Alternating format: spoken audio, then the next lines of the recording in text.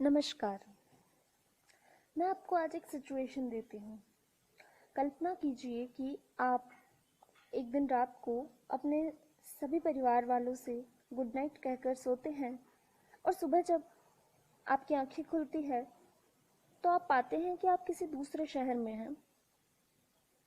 आपके घर में सारी चीज़ें हैं, खाने का सामान भी रखा है, टीवी भी है, सब कुछ है, सारी सुविधाएं हैं, आपको कोई दुख नहीं है। बस आप ये समझ नहीं पा रहे कि मैं कहाँ हूँ। आप अचानक से किसी दूसरे शहर में आ चुके हैं। आपके घर में आपके सिवा कोई नहीं है। उस पूरे शहर में आपको कोई पहचानता नहीं है, कोई भी नहीं पहचानता आपको। आपके पास में खूब सारा पैसा भी दे दिया आपको, आप अपना पेट भर सकते हैं, प्रसन्न रह सकते हैं, टीवी देख सकते हैं। लेकिन इतनी सारी सुविधाएं होने के बावजूद भी क्या आप सुकून से रहेंगे? आप बार बार शहर में घूमेंगे कि कहीं तो कोई पहचान का मिल जाए, कोई तो मुझे पहचान ले। आप बेचैन हो जाएंगे अपने परिवार में, अपने शहर में वापस लौटने के लिए। क्यों इतनी बेचैनी, क्यों? क्योंकि आपको अपनी पहचान चाहिए।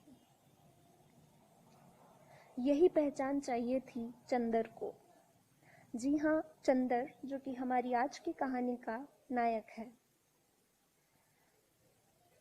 हमारी आज की कहानी का नाम है खोई हुई दिशाएं और इसके लेखक है नई कहानी आंदोलन के 3 प्रस्तावकों में से एक कथाकार कमलेश्वर जी।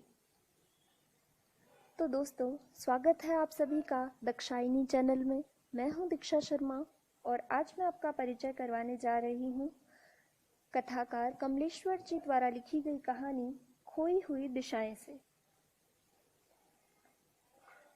खोई हुई दिशाएं यानी कि व्यक्ति कहाँ जाना चाहता है, किस दिशा में जाना चाहता है, वो दिशा उसे मिल नहीं पा रही, वो कहीं खो गई है।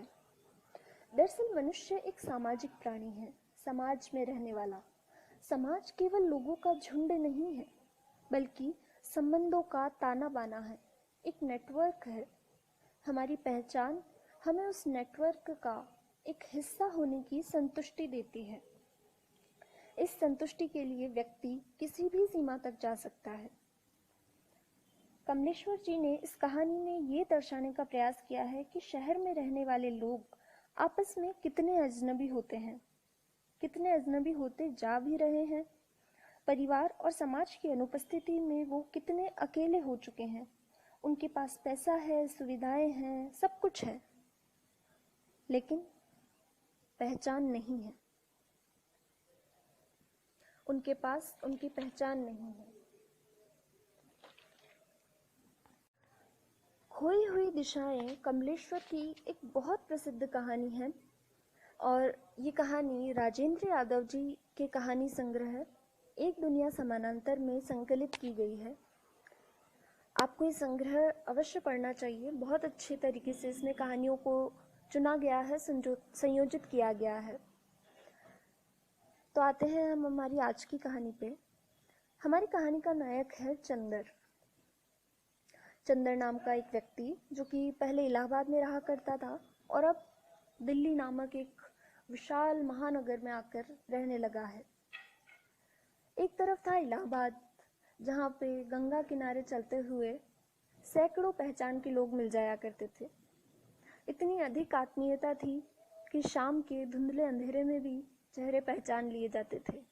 चंदर को सैकड़ों पहचान वाले मिलते थे। लेकिन जब से वो दिल्ली आया है, विशाल महानगर दिल्ली, वहाँ उसे अकेलेपन ने बहुत कठोरता से जकड़ लिया है। वो अकेलेपन की समस्या से और संबंधहीनता की समस्या से बेहद परेशान है।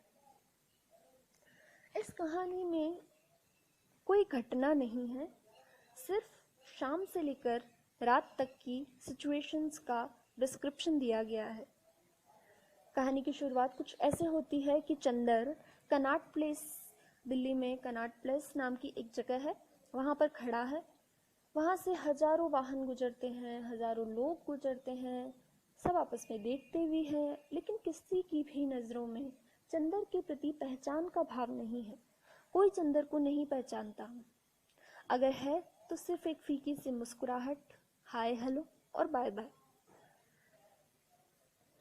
ऐसे लोग आते हैं जिनकी सारी बातें नकली हैं। तभी अचानक एक आनंद नाम का एक परिचित आता है उसका, लेकिन उसकी सारी बातें नकली है। उसका बात करने का मूल उद्देश्य यही है कि कुछ पैसे उधार मिल जाए, इससे अधिक वो कोई बात नहीं करना चाहता। चंदर बहुत परेशान है कि कोई व्यक्ति ऐसा मिल जाए जो उसे पहचान सके, जो उससे सचमुच सच्चे दिल से आत्मीयता से बात कर सके। तभी वो अपनी डायरी निकालता है और देखता है कि क्या क्या कुछ काम शेष है। तो उसे याद आता है कि उसने डायरी में लिखा था कि वो सप्ताह में एक दिन खुद से ज़रूर मिलेगा, क्योंकि उसे खुद से बात करे हुए काफ़ी वक्त बीत चुका था। जब व्यक्ति खुद से बात करता है तो उसे अपनी समस्याओं का वास्तविक हल मिलता है। हम सब ने ये चीज़ अवश्य देखी होगी कि जब हमारी कोई ऐसी समस्या होती है कि जो हम किसी से ना कहना चाहें, तब हम खुद से बात करते हैं। लेकिन चंदर शहर में आकर इतना अजनबी हो चुका था, इतना सेल्फ एलिनेटेड हो चुका था कि उसने दूसरों से तो छोड़िए, खुद से भी काफ़ी समय से बात नहीं की थी। चंदर को जब ये याद आता है कि उसने बहुत लंबे समय से अपने आप से भी मुलाकात नहीं की है, तो उसकी निराशा और बढ़ जाती है। वो एक कॉफ़ी हाउस में जाकर बैठता है। उसे लगता है कि यहाँ ज़रूर मुझे कोई ना कोई पहचान ही लेगा। एक व्यक्ति उसकी तरफ आता भी है, थोड़ा सा मुस्कुराता है। उसे लगता है कि हाँ, ये मुझे पहचानता होगा। लेकिन अचानक वो पूछता है कि आप उस मिनिस्ट्री में है ना? बस चंदर की पल भर की खुशी समाप्त हो जाती है। वो कहता है कि जी नहीं, मैं किसी मिनिस्ट्री में नहीं हूँ, आपको पहचानने में कोई गलतफहमी हुई है। इस एक संवाद में ये स्पष्ट हो जाता है कि ये सिर्फ एक गलतफहमी थी। पहचान की ये भूख उसे फिर से खींच ले जाती है उसकी पुरानी प्रेमिका इंदिरा के घर। इंदिरा के घर जाने के लिए वो एक बस में चढ़ता है। बस का जो कंडक्टर था, अक्सर कर उसका आना जाना हुआ करता था, तो चंदर और उस कंडक्टर की काफ़ी पहचान थी। तो चंदर इस बात से प्रसन्न होता है कि ये कंडक्टर ज़रूर मुझसे आत्मीयता से भरा व्यवहार करेगा। लेकिन जब एक छोटे से किराए की मामूली बात को लेकर, कुछ पैसों को लेकर वो इतनी बुरी तरह से चंदर पे चिल्लाता है कि ये पहचान का भाव ही समाप्त हो जाता है। वो इस तरह से चिल्लाता है कि जैसे चंदर को कभी जानता ही ना हो, उसे चंदर पर विश्वास ही ना हो। उसकी निराशा और बढ़ जाती है। और फिर जब वो इंदिरा के घर पर पहुंचता है, इंदिरा जो उसकी पुरानी प्रेमिका थी, लेकिन चंदर अधिक नहीं कमाता था, इसलिए फाइनेंशियल सिक्योरिटीज़ को देखते हुए वो इंदिरा को खुद से दूर कर देता है। इंदिरा का विवाह किसी और पुरुष से हो जाता है। लेकिन फिर भी इस बड़े शहर में इंदिरा ही एक ऐसी व्यक्ति थी, स्त्री थी, जो कि चंदर को पहचानती थी। कुछ महीनों पहले तक इंदिरा की नज़रों में आत्मीयता का, पहचान का भाव था। उसे पता था कि उसे चंदर की आदतें पता थी कि वो कितने कप मतलब कॉफ़ी पीना पसंद नहीं करता, कॉफ़ी पीना उसे धुएं की तरह लगता है। ये सब चंदर की बहुत निजी बातें थी कि वो कितने चम्मच शक्कर लेना पसंद करता है चाय में। इतनी छोटी छोटी बातें भी इंदिरा को पता थी कुछ महीनों पूर्व तक। तो पहचान की ये भूख उसे इंदिरा के घर पर ले जाती है। लेकिन इंदिरा का जो आज का व्यवहार था, उसमें उसे कहीं ना कहीं मेहमान नवाजी की बू आने लगती है। और जैसे ही इंदिरा उससे पूछती है कि कितने चम्मच चीनी दूं, वो टूट कर बिखर जाता है। उसे लगता है कि जो एक व्यक्ति मुझे पहचानता था, वो भी आज अजनबी हो गया। अंत में वो अपने घर पहुंचता है और अपनी पत्नी निर्मला को देखकर थोड़ी सी राहत महसूस करता है। लेकिन अकेलेपन का जो खौफ उसके अंदर इतनी गहराई तक समा गया था कि अचानक रात को वो हड़बड़ाकर उठता है और निर्मला को उठाकर पूछता है कि तुम मुझे पहचानती हो। इसी बिंदु पर कहानी समाप्त होती है। ये कहानी सुनकर आपको ऐसा लगा होगा कि इस कहानी में ऐसा क्या था। दरअसल जब तक उस सिचुएशन को हम नहीं समझेंगे तब तक हमें इस कहानी का महत्व समझ नहीं आ सकता। एक कहावत है, जाके पैर न फटी बिवाई, वो क्या जाने पीर पराई। जब तक व्यक्ति स्वयं उस पीड़ा से नहीं गुजरता वो उस पीड़ा को नहीं समझ सकता। हम इस पीड़ा को इसलिए नहीं समझ सकते क्योंकि हमारे आसपास कई पहचान के लोग हैं, हमारे घर वाले हैं, हमारे दोस्त हैं, हमारे रिश्तेदार हैं जो हमें पहचानते हैं, हमसे आत्मीयता का व्यवहार करते हैं।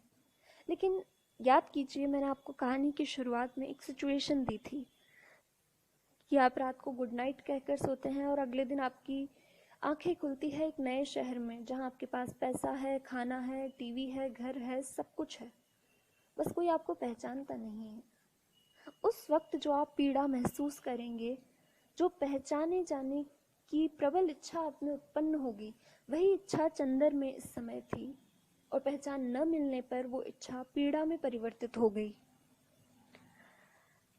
इस कहानी की संवेदना की यदि बात करें तो इसमें साफ सुथरे तौर पर नजर आता है कि कमलेश्वर जी ये दिखाना चाहते थे कि दिल्ली जैसे महानगर, सिर्फ दिल्ली नहीं, हमारे भारत में कई विशाल महानगर हैं जहां पर करोड़ों मनुष्य रहते हैं लेकिन आपस में नहीं पहचानते।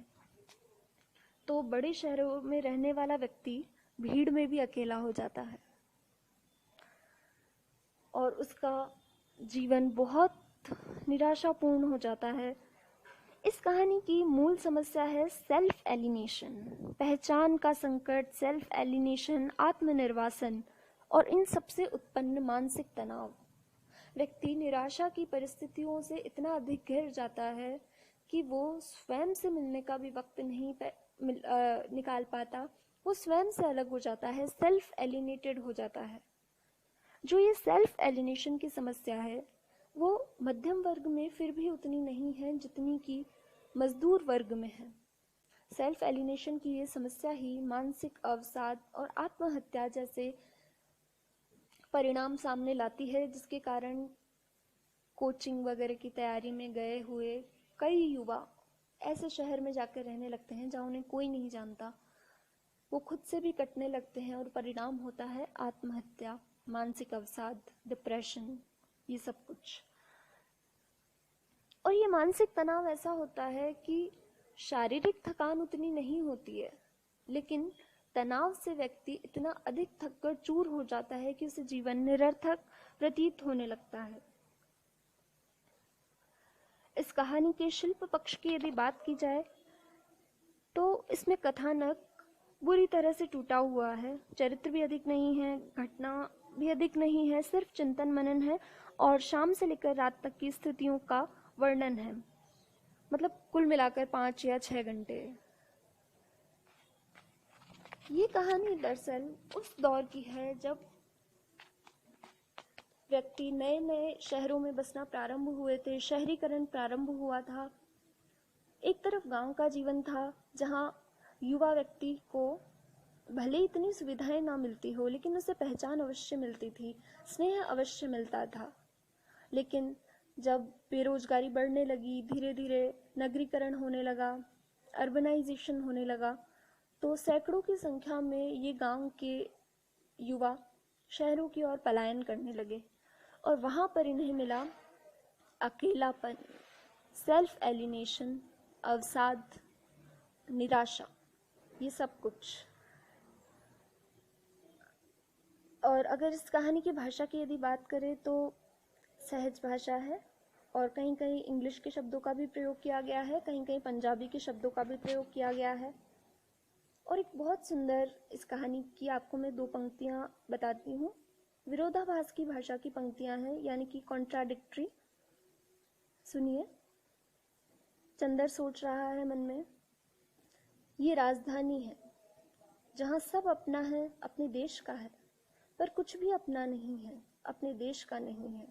तमाम सड़कें हैं जिन पर वो जा सकता है, लेकिन वो सड़कें कहीं नहीं पहुंचाती।